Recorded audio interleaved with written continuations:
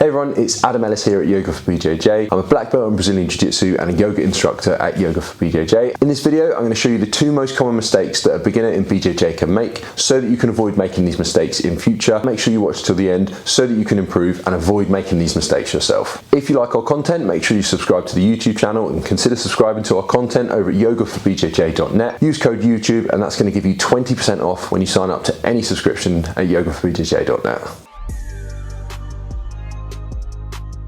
Here are my favourite common mistakes that any BJJ beginner can make when first starting Jiu-Jitsu so that you can avoid them. What I've done is I've read the blog post that we've had recently over at Yoga for BJJ, which is actually named the 5 most common mistakes that a beginner can make in Brazilian Jiu-Jitsu. If you feel like there's plenty more mistakes you can make, as you'll learn along the way, there's loads you can make and you want to avoid more, check out the link in the description to our recent blog post. Go and give that a read. These are just my favourite 2 from that list, so let's get straight to it. So the number 1 beginner's mistake you can make when you first start BJJ is the whole go hard or go home mentality. And this is actually number 1 in the list on the blog post as well. And it's the whole like going hard, using too much strength, using too much speed and aggression and just trying to like Hulk smash your way through everything. When you first start, you want to rely on technique as much as you can because you don't have much. Now, your first class, you're not going to know anything and you're going to need to learn how to slow it down, how to use the correct movements of the technique and not just force it. And that comes through as well when you're rolling with someone that's also new, that's a lot lighter than you. You're just going to be able to overpower them. You want to learn to use your jiu-jitsu as early as possible so that when you get into tough roles and you need to start relying on your athleticism and your particular attributes, that's when they're going to come in handy.